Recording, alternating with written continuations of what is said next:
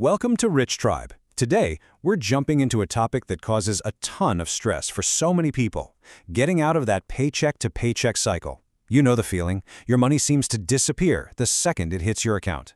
Well, if that's you, you're in exactly the right place. We're going to lay out a super clear path to get you back in the driver's seat.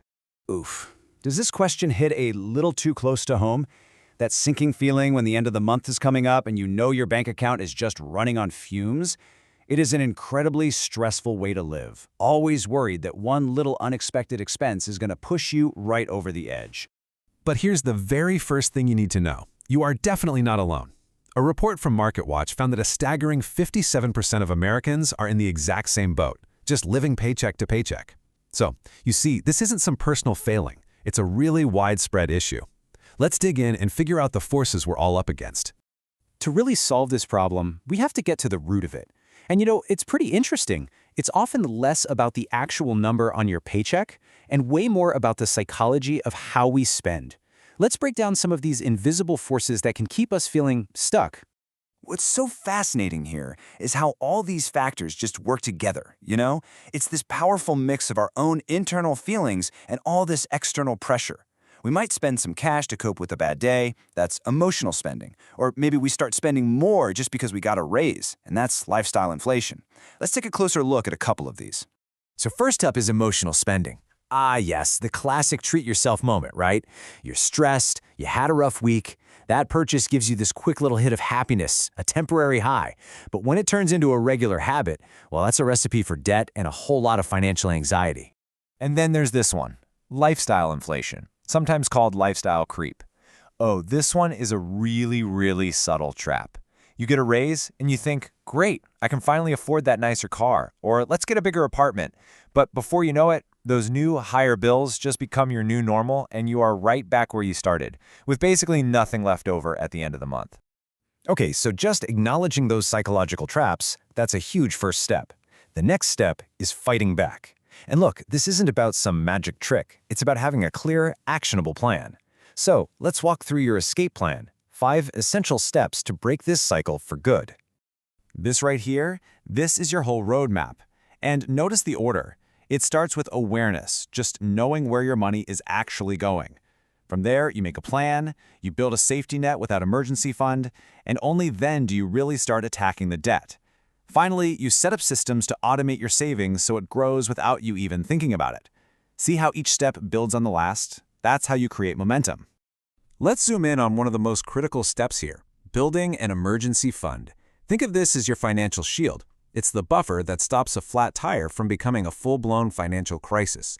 The key is to just start small. Don't worry about saving 6 months of expenses right now. Just aim for a starter fund, maybe $500 or $1,000. It's an achievable goal that can literally change everything for you.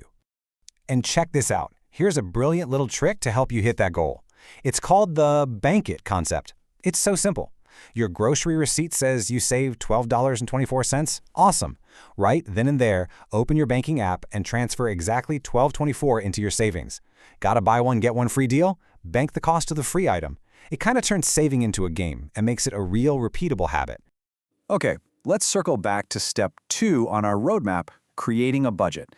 Now, one of the most powerful methods you can possibly use is the zero-based budget. And no, this is not about restriction. It's about being intentional with every single dollar you bring in. The idea is simple, but it is profound. You give every single dollar a job to do before the month even begins.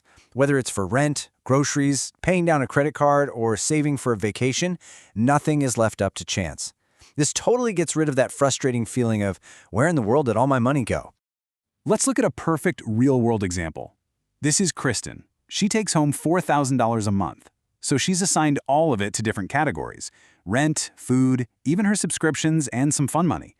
But look at this. She's also aggressively putting $500 toward debt and another $775 toward extra debt and savings. And at the end, the amount left over is zero. Every dollar has a purpose. She is in complete control. And please, don't get hung up on the tool you use. It does not have to be complicated. Whether you're a spreadsheet wizard who loves all the details, or you're someone who just wants a simple piece of paper, the method is exactly the same. The absolute best budget is the one you'll actually use. Find a template that feels good to you and just get started. Now, for some of us, the situation might feel a little too overwhelming to tackle on our own, especially if high-interest debt is a really big part of the picture. If that sounds like you, it is so important to know that you do not have to do this all by yourself. There are professionals out there who can help you make a plan. One great option is a nonprofit credit counseling agency. They can give you expert guidance and can often set you up with what's called a debt management plan, where they might even negotiate lower interest rates for you. The main things to know are that they mostly focus on unsecured debt, so think credit cards, personal loans, and there can be some small fees. But for a lot of people, it's an absolutely crucial step to getting back on solid ground. So as we wrap up, let's talk about the most important part of this whole thing, your mindset. Breaking this cycle is all about progress, not perfection. You are going to have moments where you overspend. It's okay. That happens. The goal is just to make consistent, forward progress. And hey, before we get to our final takeaway, if you're finding this helpful, please do us a huge favor and subscribe to the Rich Drive channel, like this explainer, drop a comment with your thoughts, and share it with someone you know who might need it. Your support really does help us create more content just like this. This quote really just nails it, doesn't it? It is not about one heroic, perfect month of budgeting. It is about the small things. It's about tracking your spending for just 1 week, automating one small transfer to your savings, trying that bank it rule just one time. Those small, consistent actions are what really build lasting financial security. So, that brings us to the final and most important question. What is your first step? Not next month, not next year, I mean this week.